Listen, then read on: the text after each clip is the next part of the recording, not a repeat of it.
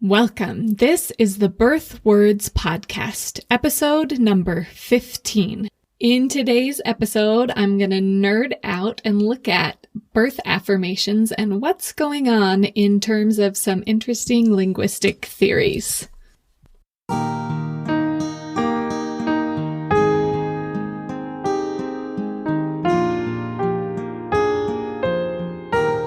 You're listening to the Birth Words Podcast. Utah-based birth doula and applied linguistics scholar Sarah Pixton digs into the language of pregnancy and birth to help expectant women claim their power as life-giving agents engaged in a praiseworthy work. This podcast aims to promote positive birth paradigms and is not intended as medical advice.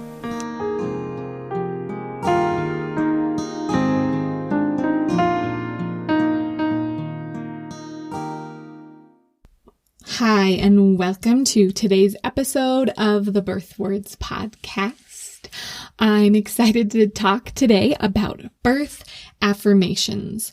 I'm guessing that since you're listening to a birth podcast, you have some level of familiarity with birth affirmations, what they are, what their intent is, and how people use them. But just a brief overview, a birth affirmation is something that a birth giver says during pregnancy and labor to affirm and reassure and give confidence and give strength during the pregnancy and labor process. Things that they find to be true about birth and the process, and that are also strengthening, that they tell themselves and sometimes request others to tell them as well. So in preparation for this episode, I asked on the Facebook group, Birth Words Community. If you're not part of it, please go to Facebook right now, search for Birth Words Community and request to join the group. We have some great discussions there about our words and how they affect the birth experience. So in that group, I said, I'm prepping an episode on birth affirmations. Tell me your favorites. And I got too many to share, but here are a few. My friend Lisa, who you'll hear on the podcast soon, says, I trust my intuition. Desiree says, this contraction is not stronger than me because it is me. Elisa says, my baby and I are one. Every wave brings him closer to me. Janelle says, I am not alone. And then she lists others who have given birth before her who are important to her. Jessica says, the stronger the pressure waves are, the closer my baby is to being in my arms. And also a few others, one of which is, I say no when I am uncomfortable with anything. And my baby knows how and when to be born, and I am patient. And lots of other good ones that I can't keep reading. One more for our grand finale of affirmations. My friend Julie Frankham over at the VBAC link, her favorite affirmation is my pelvis is huge. And if you're familiar with VBACs, that's a huge thing for birth givers to be confident that they have space in their body to birth this baby vaginally, because there's often a lot of misinformation about small pelvises and big babies, and those two things not working together. Normally that is very, very, very rarely actually the case. And there's lots that we can do with supportive care providers, helpful positioning, and being patient with labor to start that makes a big difference. And of course, affirming to ourselves that our pelvises are huge. So there were lots of other great ones shared. If you shared one and I didn't shout it out, I'm sorry. Everybody head over to the Birth Words Community on Facebook, search on the side for affirmations, and you can see what everybody else posted. There were lots of good ones. But we're going to move forward into nerding out a little bit and looking at some linguistic theories, and then considering, in light of these linguistic theories, what are we doing when we produce or receive a birth affirmation? So there's this guy named J.L. Austin. He was publishing back in the 60s. He published the book, How to Do Things with Words. And it was kind of one of those landmark books in linguistics that, although it was a while ago, people still talk about and refer back to, and it kind of was a stepping stone towards other work. So he talked in this book about performative utterances, that when an utterance in linguistics, when we say that, we mean something that somebody says or writes, just a little snippet of language produced. So an utterance, a performative utterance, is an utterance which, rather than simply describing or stating something, actually does something. So a straightforward example of such an utterance is the performance of marriage vows. When a performative utterance is pronounced, it actually effects a change in the state of being in the context. So then the two people become legally wed when the marriage vows are performed. That's only true, of course, if all of the necessary conditions are met. And if they're not met, we call that infelicitous utterances, and felicitous if they're met. So the necessary conditions need to be met in order for a performative utterance to work. But then Austin goes on and claims that all utterances are, in a sense, performative. So although we're not saying, I hereby pronounce you, with everything that we say, we are enacting change in our context every time that we speak. So to break it down, he introduces speech act theory. And he describes the locutionary, illocutionary, and perlocutionary forces of utterances. So locutionary force refers to the form of the utterance, what the speaker or writer is saying in a grammatical sense. If I say, I command you to stop, I am grammatically and semantically forming this as a command, the locutionary force. However, this is distinct from the illocutionary force of the utterance. The illocutionary force is its intent, what the speaker is doing or attempting to do with the utterance.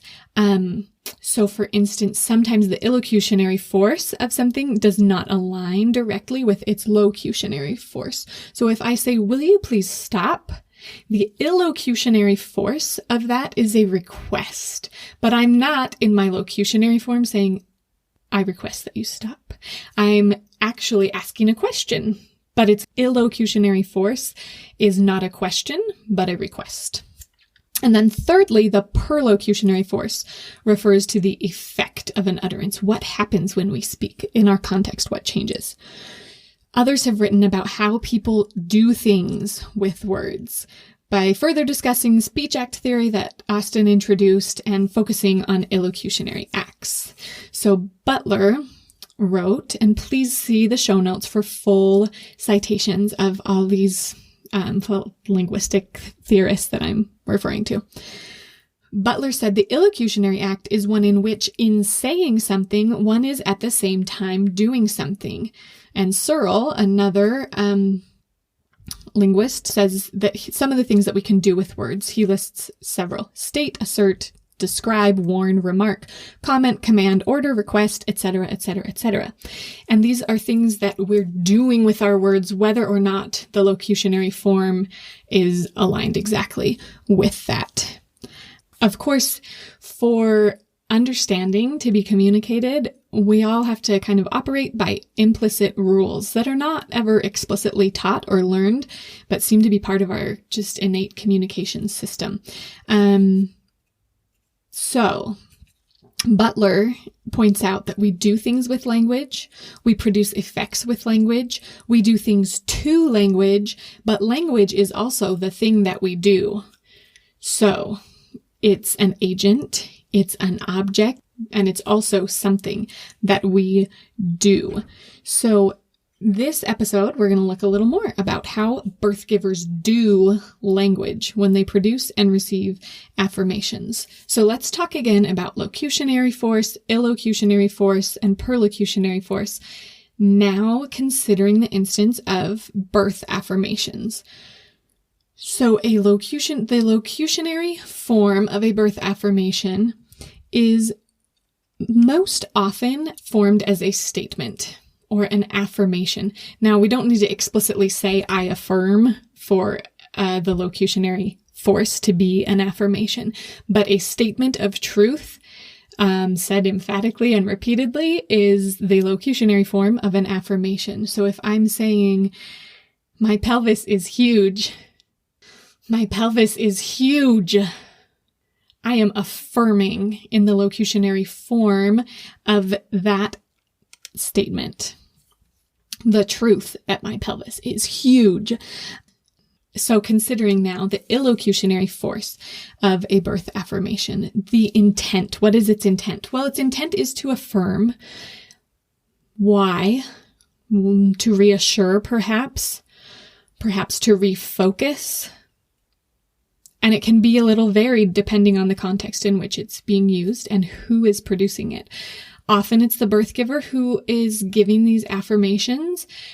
Sometimes, though, it's support people, care providers who have heard this language and are mirroring it back to the birth giver and are perhaps assuring or refocusing through repeating the affirmation. And then the perlocutionary force.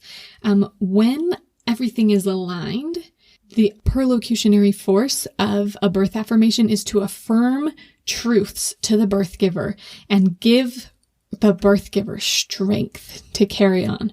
So the perlocutionary force is what is effected, what is the effect of the utterance. And when everything lines up, when these are felicitous utterances, as Austin said, then the birth affirmation gives strength to carry on. It refocuses, reassures, and affirms these truths.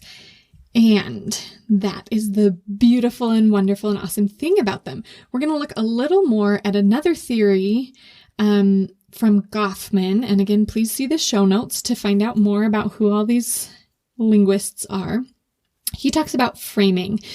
And he talks about when we produce utterances, when we speak, there are three different frames from which you can consider an utterance. And as a speaker, I can inhabit one, two, or all three of these frames.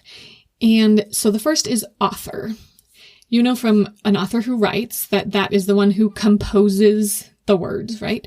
The same thing applies in spoken utterances, that the author is the one who wrote the words. So in the instance of birth affirmations, this is interesting because in some cases, the birth giver has met with a doula or with a childbirth educator or on her own or with a spouse or partner and has sat down and said, what truths are important for me to affirm throughout pregnancy and birth? What will give me strength? And crafts her own utterances. In other instances, however, the birth giver finds other utterances written by other authors, recognizes that she perceives them as true, and then decides to use them as her own. So the author for a birth affirmation in Goffman's framework is sometimes the birth giver and sometimes somebody else. The animator then is the person who is like the sounding box, who is saying this affirmation. And like we talked about before, it's interesting in the case of birth affirmations that the animator is often the birth giver. Saying to herself, the stronger the pressure waves are, the closer my baby is to being in my arms. Or saying, I am not alone. Something that also happens in the birth space though, or even during pregnancy before, is that others take on these affirmations written or chosen by the birth giver or maybe written by a support person and speaks them to the birth giver. Sometimes in the first person as if they are the one giving birth, and sometimes in third person, you are strong. You can do anything for 60 seconds. So interesting. In Goffman's framework of the animator, sometimes it's the birth giver and sometimes it is the support person, care provider, everybody with the intent of reassuring, of affirming, of giving strength and power to the one giving birth. And then the last part of Goffman's framework is the principle. So when you speak, we talked about author is the one who chooses the words. The animator is the one who speaks the words. And the principal is the one who, basically the one who believes the words. So that can be really interesting in how it plays out in the birth space, because the reason that birth affirmations are a thing in the birth space is because giving birth is a difficult journey for many. And at various points in the process of labor and giving birth, the birth giver needs reassurance and strength. And sometimes the reason she needs it is because she's not feeling it. She's not believing these affirmations. And she's not putting the stamp of approval on, I am strong, or each breath gives life to my baby, or I can do hard things. Maybe she's feeling like this thing is too hard. I cannot do it. So it's an interesting thing that we have to workshop in this space. If you're the one giving birth, or if you're the one supporting someone, considering, is this affirmation serving the woman giving birth? Is this affirmation doing what its illocutionary force is, its intent? Is it affirming? Is it empowering? Is it giving her strength? Or are we kind of in a place where maybe she's not feeling like she's the principal, like the one who believes these affirmations, even if she was the author, even if she chose these words beforehand, or even if she has been the animator, she's been speaking them, at some point, sometimes they're not believed anymore. And that's something that you workshop in the space and consider whether something should change, or whether we need to take a break from that for a little bit, try a different approach. I do feel strongly that when the author is the birth giver, when these words have been carefully thought out and chosen and represent beliefs that are within the birth giver, I think that gives them a lot more power, and that she's more likely to hold on to them and find strength in them in those challenging times than if she kind of just, chooses a few that sound nice. So one of the things that I do with my clients, and just started offering as an option online, is I do video consultations, or with my clients, face-to-face consultations. So we meet together, and I have this activity that invites the birth giver to consider, what are my beliefs and assumptions about birth, about myself, about the process, about those who will be supporting me. And we really consider, what are my beliefs and assumptions and thoughts and feelings? And we work through the ones that are negative and difficult, and we find within her the ones that are strong and powerful and empowering. And we say, okay, let's turn this into an affirmation that you can anchor yourself with during your birth. And I really think that there's power in that. And if that's something that you're interested in doing, and there's more to that workshop, we talk more about producing and receiving positive language, and what to do when people say things that aren't helpful in the birth space, and how to prepare for that and respond to that. And I've found that it's been a really powerful activity for all that I've done it with. And so if that's something that you'd be interested in doing, head on over to birthwords.com/classes. And on the left, it says Expectant Families, Producing and Receiving Positive Language. And this can be something that you do one-on-one with me, with a partner, with a support person, with your husband, with whoever is going to be in the space with you, or just with you and me. I'd love to meet a lot of you virtually in that context and work through these sorts of things and find what language is going to be helpful for you during your birth experience and during the pregnancy leading up to it. And that reminds me, a big announcement is that I do have a new website. As you noticed, I said birthwords.com. That's where you can go to find all of the resources to listen to this podcast live, to find the classes that I teach in person and virtually, and other resources relating to birth words. All of them are now found at birthwords.com. So I invite you to head on over there, check it out. Let me know what you think. Leave me some feedback. I'd love to hear it. Also on that website, to go along with today's episode, you will find birth affirmation cards available for purchase. And like I said, I feel like you need to feel strongly that these are truths that give you power. So I don't just sell a prepackaged bundle of affirmation cards. I have many on there that you can look through and choose, or you can choose your own and you can submit your own affirmation, and I'll create a custom affirmation card for you. And if you are listening to this episode, use the promo code podcast for 40% off of your order for a limited time. Head on over there and use the promo code podcast. Take a look at those affirmation cards, see which ones speak to you, or if they don't, write your own. I'll make you a card that can go along with the package. You can choose as many or as few cards as you want, and order them right there on the site, birthwords.com. So I've had a lot of fun today just talking about what are we doing when we affirm during birth, when we say these affirmations. I think that they can be really powerful. And I also think that they're a space that when they lose their power, we can kind of work with them and figure out why.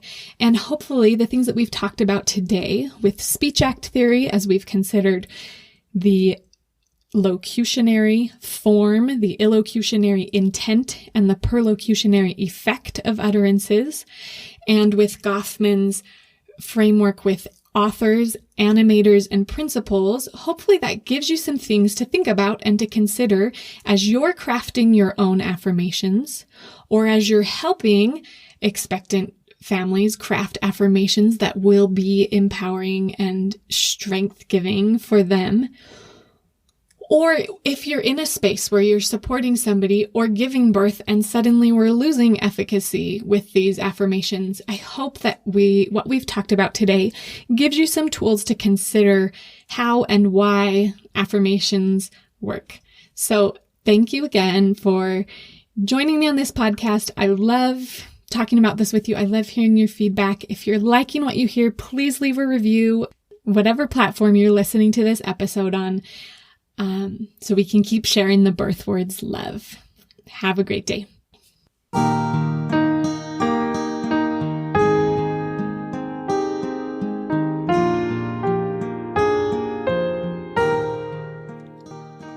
Did words play an important role in your birth experience? If you're interested in sharing your story on the podcast, go to www.birthwords.com. If you're liking what you hear on the podcast, please leave a review on your podcast app. For more resources about harnessing the power of words to benefit the birth experience, visit birthwords.com.